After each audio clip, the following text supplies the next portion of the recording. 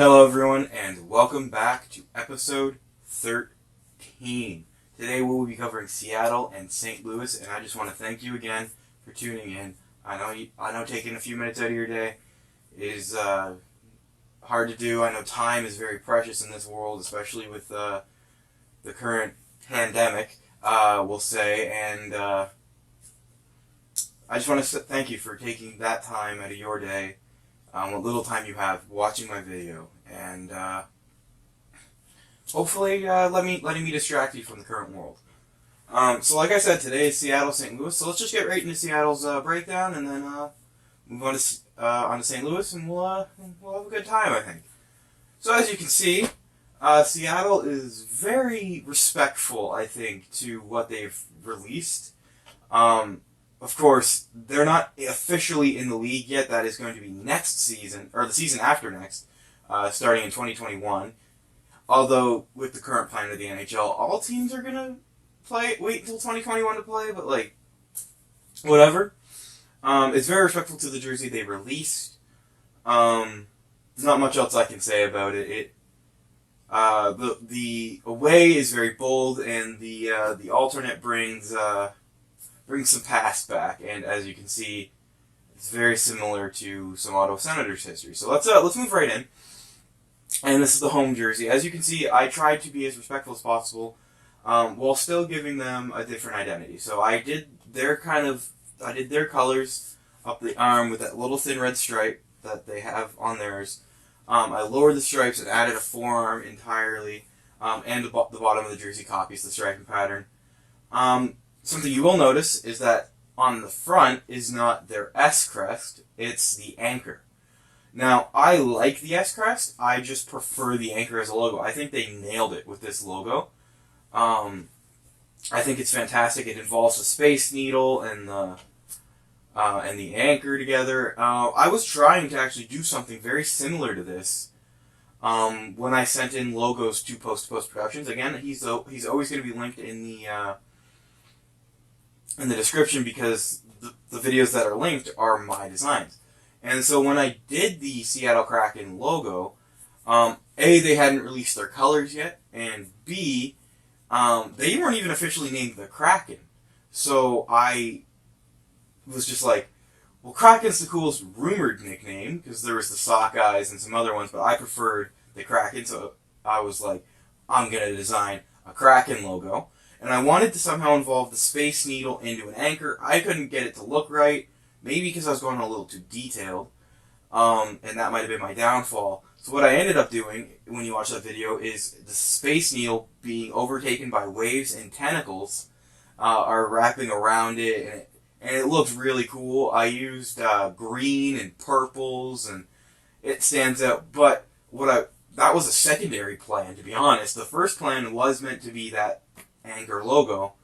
I couldn't get it to look right, and then when they released their logos, I went, oh my god, that's perfect. It's simple, it's clean, it's exactly what you need it to be. It's an anchor, and it's a Space Needle. It works for the Kraken. I threw that on the chest for that reason, but I didn't get rid of the S. I kept the S on the shoulder, and the main reason for that is I think it's a fine logo.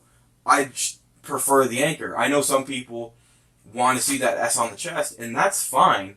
I'm sure in some version of this that I'll do, I will put the S on the chest, and I actually have a really cool idea when I get to the alternate that I'll explain then, but for this home jersey, I think this is perfect.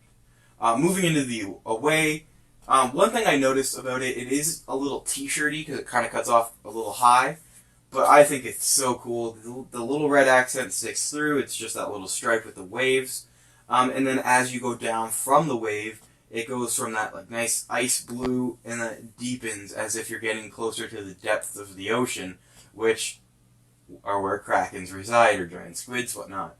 I think it's fantastic. I kept their colors on the numbers, and of course that patch on the shoulders, and the main crest is still the anchor. It is slightly recolored, if you notice. This version of the logo is darker than the home variant. But again, I think this is one of, if not the nicest logo and color combinations in the league. I know a lot of teams use blue, but this uses so many different variations of blue. It has silver and red, and it's gonna be a nice looking jersey. Their base jersey is gonna be a nice looking jersey on the ice, is what I mean. So it's gonna be a very interesting team, and I'm gonna be paying very close attention when they become part of the league. More so if they would put this jersey on. I think this is fantastic. That gradient going down from the arm, I think, is perfect. It fits the identity of a Kraken related team or a sea creature related team. I think it's just beautiful. Moving on to the alternate, as you can see, it is very Ottawa Senators heritage inspired, and the reason for that is the Seattle Metropolitans, the team long ago and well before the Kraken, were green, beige, and red in a what's known as the barber pole pattern. With that pattern, there's not much I could do to bring it back. Same with the way the Ottawa Senators respected the original Senators. So that's what I did. I gave them a thinner. They're not quite as thick as an Ottawa Senators heritage, but that green and beige stripe are thinner with thin red accent stripes go on top and on bottom of that green and red or green and white. And then that S is red, and on the shoulders you can see the anchor has been recolored green and beige to go with the current colors, as I use that as the main crest, so essentially that is the Seattle Kraken logo in my redesign, that anchor. I think this jersey is fantastic. I think it's the only way to pay respect to a barber pole jersey without doing what the Montreal Canadiens did and bring back the barber pole jersey. So I think what I did here is very respectful to what they should do if they are going to bring back a third jersey, or if they're going to do a reverse retro, this is what they should possibly do. Is that the only thing I might change is maybe make it beige or cream, like the Ottawa Senators did for their Heritage Classic. They made it look old by making the jersey cream, and it ended up working because that's my favorite of the Heritage jerseys for Ottawa. But that's really the only thing I would change about the Seattle alternate. It is white, not off beige or off white. It's not a beige or a cream. And then maybe that beige stripe in the center would turn red, and those accent stripes would disappear. That would look a little too Ottawa for me, so I kind of like that. I chose pure white, and then the center stripe has that cream. But really, if I were to go back, that might be the only change I make, is make the main jersey that cream. Not much else to say on Seattle. I love Seattle so far, and I'll move on to St. Louis. Here we are with St. Louis. The home jersey and the away jersey pay respect to their past while still being their own. The away jersey is a little odd for me. I'll talk about it when I get there. And then the alternate, as you can see, is respectful to the past while also changing it up enough for it to be something else. So let's get right into the home. I'll break it down. So as you can see, with the home jersey, I went with their blue. I brought back that staff, because that's what that is if you don't know why they used all the thin striping pattern. It's called a staff. It's the thing in music that sheet music is written on. Cole lesson of the day, I guess. I brought that pattern back. I made it black as to facilitate their current colors. I added the striping pattern for the staff is a little different, but it is respectful enough to the jersey that they used then. The logo is their current version of it, black and yellow outlined. The numbers in the A, or the letter, I guess, are colored that way as well. And a very simple black collar, blue NHL crest thing, and a yellow outline. It's very simple, very clean. I very much like this jersey. Where I lose myself is here in the away jersey. As you can see, I just switched the blue and the white. But then you may be asking yourself, and I ask myself this, where's the blue? If the St. Louis Blues, where's the blue? And that's my main issue with this jersey. I didn't use blue in the away, and for some reason I thought that wasn't a good idea at the time. In hindsight, looking at it, I don't like it very much. And I ranked this specific jersey very low. I'll get into the rules of my ranking video when I get there.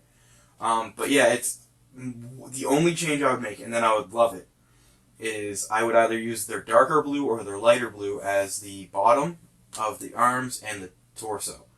and on the logo and collar. So anything black would just be the jersey, the blue I used on their home jersey, or the blue I used in their alternate. Just blue. It is a very nice jersey, very classic, very clean. As the only other color on it other than black and white is yellow, essentially, and it's very nice. Don't get me wrong, but just the lack of blue, it stands low for me. So we'll move right into the alternate because I'm feeling a little down, you know. The alternate here, as you can see, I brought back some elements from the past, actually from the jersey that I was inspired by for the home and away, and as the NHL showed, they were inspired by for the reverse retro for the Blues. I used a darker blue as to differentiate it from the home jersey. I added a center stripe, and I changed the crest. As you can see, I used the trumpet. The trumpet has been recolored a little bit, the logo itself, and the staff has a black background behind it. That was supposed to be more in line with the staff on the arm. It looked a little low, like the logo just looked too low. So I propped it back to where I thought it looked good. So that does leave the sleeves off center. So maybe what I would do is resize the sleeve staff, move it up, and put the number inside it, just so it would line up with the chest stripe. The red to me actually stands out quite a bit. I think it's different than their other version with the red, but it's just respectful enough to possibly be used in real life. I'm a very big fan of this alternate. Unfortunately, though, the away did drag it down a little. So, in my ranking video, of course. But it is a very nice jersey, and I'd buy the alternate. I'd buy the home, but I would maybe hold out on the away just so that it would be blue.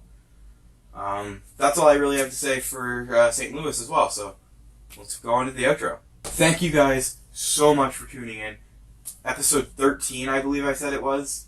I'm not sure. I filmed these back to back and have them scheduled for release just to make my life easier. I only get the 1 day off a week at the moment, so it is hard for me to keep up with this at times, but I'm trying my best. I film and edit all in one, a bunch of episodes all in 1 day. That's why my last four, like I said, the last 4 or 5 episodes before last episode, so I think it's Florida to the Ottawa episode, I think those episodes are all out of focus on me. I should be better. Like I said in the last episode, I spent like 5 minutes just focusing the camera and like moving tripods around and my lights around and my camera further back. Like I did a whole bunch of stuff to make sure that this episode was in focus.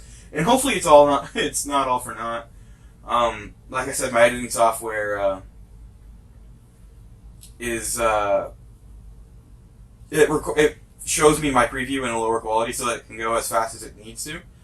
And I don't notice until the video goes live usually that, oh god, I'm really out of focus. And the main reason I didn't notice is because it even does it for the jerseys. My jersey images that I've been using in this version, like the setup, have been are in 2K. I export them at 2K so that they look nice and crisp on YouTube. And then they look super blurry, super gross, and you can see like individual like fabric lines kind of thing. Or that's what it looks like, and it just looks really bad when I'm editing, but if you pause, it looks super crisp. So I don't know what's going on there with that. But that's basically what it does for me. It reduces me to like standard definition, even though I record at full 1080 or I think 2K maybe. I'm not sure.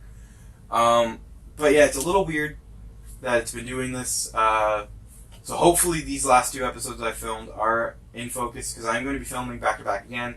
I'm going to keep going possibly until I finish the league today. So hopefully they're good. If not, I'm not refilming them because I have better things to do with my time. I do enjoy what I'm doing right now.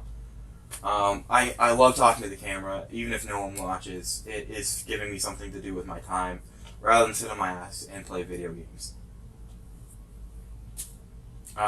Next episode is Toronto and Tampa Bay. Swap that order, Tampa Bay and Toronto. 2 very blue and white teams, so let's see what I did on that one. So, thank you. Have a great day.